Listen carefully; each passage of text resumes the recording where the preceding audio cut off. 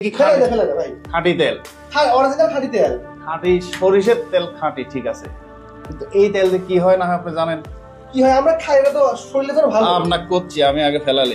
এদেরকে নিয়ে কথা বলার ইচ্ছা বা মন মানসিকতা আমার কোনোটাই ছিল না, কিন্তু জনকল্যাণের উদ্দেশ্যে কিছু কথা বলতেই হলো। এই দুইটা মুখ আপনাদের খুবই পরিচিত, কিন্তু জানি না তারা কতটা লাভবান হয়েছে সয়াবিন তেলের অ্যাড দিয়ে। কিন্তু ধারণা করা যায় তাদের লাভের পরিমাণ অনেক বেশি, যার কারণে তারা লক্ষ কোটি মানুষকে সুস্থতা থেকে অসুস্থতার দিকে ঠেলে দেওয়ার জন্য উঠে পড়ে লেগেছে। কেননা ভাই, টাকা এমন একটা জিনিস যে কোনো কাজ করে দেয় ফিনিশ। দুনিয়াবি যত বড়ই সমস্যা আনুন না কেন, টাকা থাকলে সবকিছুর সমাধান আছে। ইদানিং মানুষের সচেতনতার কারণে সরিষার তেলের ব্যবহার বেড়েই চলে। সোশ্যাল মিডিয়ায় অধিকাংশ রান্নার ভিডিওগুলোতে দেখা যায় তারা সরিষার তেল ব্যবহার করতেছে। এমনকি দীর্ঘ 2-3 মাস পর এলাকায় ফেরার পরে অধিকাংশ বাড়িতেই দেখলাম সরিষার তেলের ব্যবহার বেড়েই চলেছে। এখন আপনারা বলতে পারেন যে ভাই, ওদেরকে তো সয়াবিন তেলের পক্ষ থেকে স্পন্সরশিপ দেওয়া হয়েছে, আপনাকেও কি সরিষার তেলের পক্ষ থেকে স্পন্সরশিপ দেওয়া হয়েছে যার দরুন আপনি সরিষার তেলের পক্ষে গুণগান গাইছেন? এই জন্যই বিষয়টা ক্লিয়ার করে রাখি। আপনারা একটু ঘাটাঘাটি করলেই দেখতে পাবেন যে আমার ইউটিউব চ্যানেলটা এখন ওই পর্যন্ত পৌঁছায়নি যার দরুন কোনো কোম্পানি আমাকে স্পন্সরশিপ দিবে। জেনে রাখা ভালো যে এই ভিডিও পুরোটাই জনকল্যাণ উদ্দেশ্যে। ভাইটির ভিডিও দেখলে আপনারা বিষয়টা খেয়াল করবেন যে তিনি কথায় কথায় বলতেছেন গুগল থেকে অনুসন্ধান করেন, গুগল থেকে অনুসন্ধান করেন। সেই গুগল থেকে কিছু ফুটেজ আমি আপনাদেরকে দেখাবো। এখানে আপনারা স্পষ্ট ক্লিয়ার দেখতে পাচ্ছেন যে সয়াবিন তেল থেকে সরিষার তেলের ক্ষতিকর দিক কম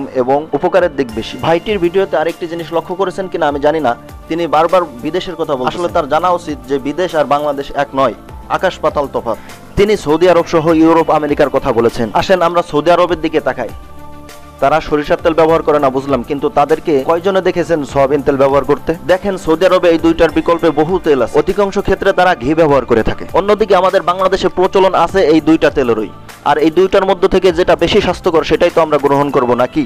আসলে আমি ঠিক জানি না ভাইটি কত টাকার বিনিময়ে মানুষের জীবন নিয়ে এইভাবে খেলতেছে। তবে আমি গ্যারান্টি দিয়ে বলতে পারি যে আমরা সাধারণ মানুষ সকলেই যদি একদিকে থাকি তাহলে এই মুষ্টিময় কিছু ইনফ্লুয়েন্সার নামের কলঙ্ক তারা আমাদের কোনো ক্ষয়ক্ষতি করতে পারবে না।